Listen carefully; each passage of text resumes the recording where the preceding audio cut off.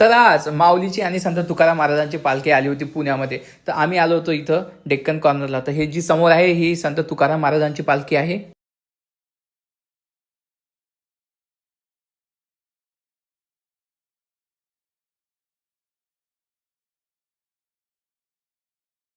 तर या वातावरणामध्ये आमचं मन एकदम असं प्रसन्न होऊन गेलं होतं.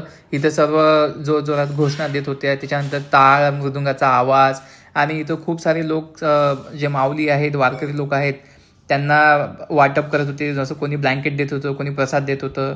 त्यानंतर इथं हे एक समोर महाराजांची एक पालखी जात आहे. हे कोणते तरी महाराज आहेत, नाव इथून दिसत नाही आहे. इथं लोक नाही बघा, इथं ज्या लेडीज आहेत त्या फुगडी खेळत आहेत. एक प्रसन्न असं वातावरण होतं. त्यानंतर आता माऊलीची पालखी आलेली आहे. त्याच्या आधी हे जे प्रशस्त लोक आहेत, जे अध्यक्ष मंडळी आहेत, त्यांच्या ह्या गाड्या आहेत. आणि हे बघा माऊलीची पालखी आता इथून जात आहे.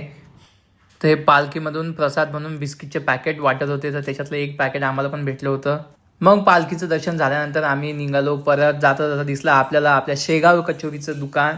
मग आम्ही एक शेगाव कचोरीचं मस्त प्लेट घेऊन एक ताव मारला. त्याच्यानंतर जाता जाता हे असं छान असं डेकोरेशन होतं पालखी मार्गावर.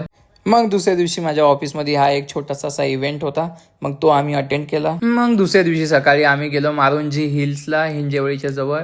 आणि इथं एक छोटासा असा ट्रॅक आहे. तर तुम्ही बघू शकता इथं किती छान दिसते. तर आम्ही इथून वरती चढायला, तर चढताना तर काही वाटत नाही, एकदम आरामात आम्ही वरती गेलो.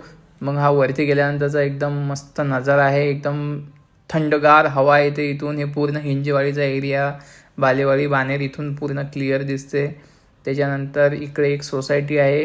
ही आहे कोणती तरी सोसायटी आहे. आणि त्याच्यानंतर तुम्ही बघू शकता इथं सगळं दिसतं इथून प्रॉपर. आणि मग थोड्या वेळ आम्ही तिथं थांबल्यानंतर खाली उतरायला सुरुवात केली. खाली उतरताना, वरती येताना तर काही वाटत नाही, पण जेव्हा खाली उतरतो तेव्हा खूप भारी जाते. इथं खाली उतरताना खूप लोक बसत बसत खाली उतरले, कारण की तिची खाली उतरताना छोटे छोटे दगड आहेत आणि शूज, चप्पल वगैरे पूर्ण असं स्लिप होते. त्याच्यामुळे एकदम आरामात उतरावं लागते पकडून पकडून. तर हे माझे मित्र आहेत, आम्ही एकमेकाला पकडून असे आरामात खाली उतरत होतो. मग रिटर्न येताना मला दिसली MGची स्पोर्ट कार.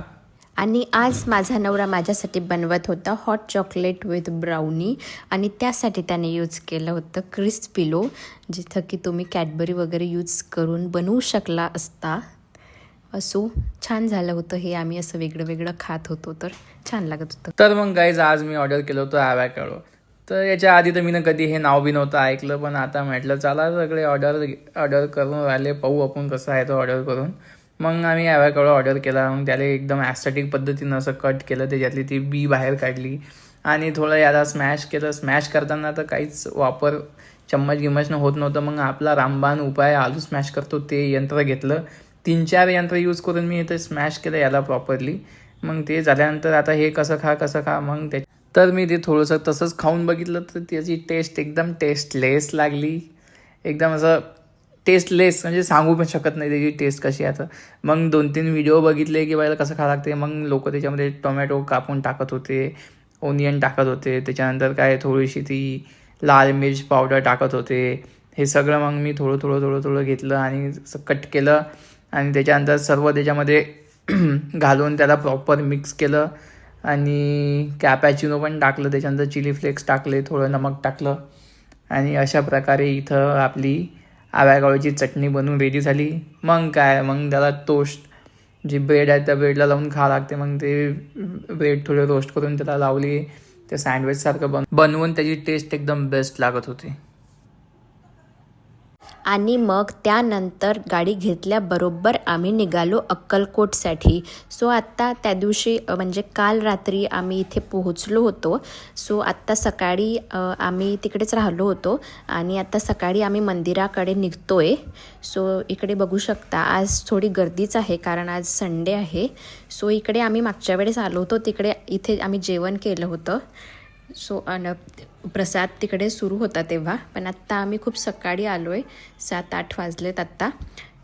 सो माझे सासरे आणि पप्पा इकडे समोर चाललेत आणि आम्ही आत्ता मंदिरात पोहोचतो आहे. आणि तुम्ही बघू शकता इकडे किती छान वाटतं आहे. इकडे आम्हाला यायचंच होतं. सो आम्ही आत्ता मंदिराकडे जातो आहे. मंदिरामध्ये जास्त कॅमेरा काही अलाऊ नाही आहे. सो जेवढं दाखवता येईल तेवढं आम्ही दाखवू. आत्ता आम्ही आतमध्ये पोहोचणार आहोत. तुम्ही बघू शकता इकडे आम्ही थोडं व्हिडिओमध्ये घेतलं आहे आम्ही थोडं यामध्ये.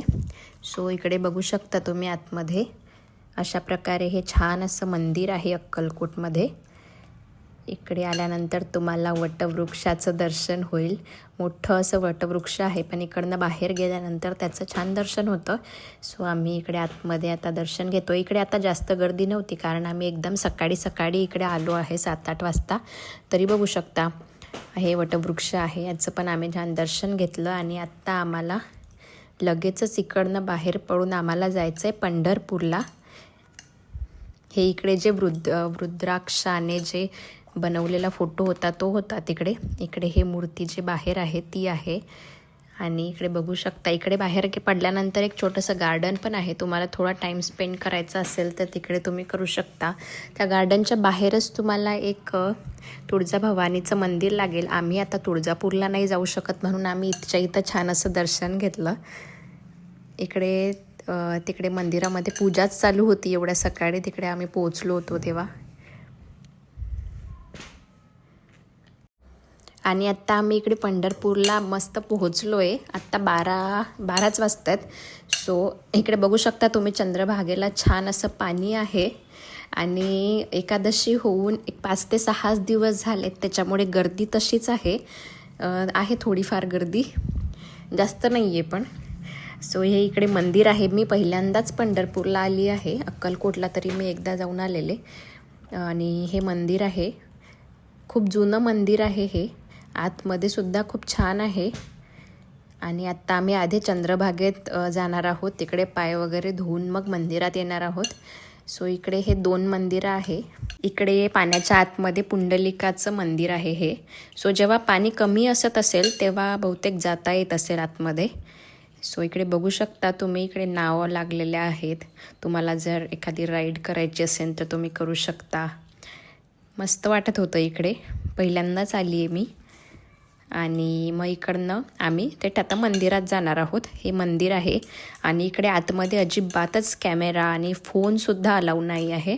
सो आम्ही इथे आता फोन ठेवणार आहोत आणि नंतर आतमध्ये जाणार आहोत. आत्ता 12 वाजलेत.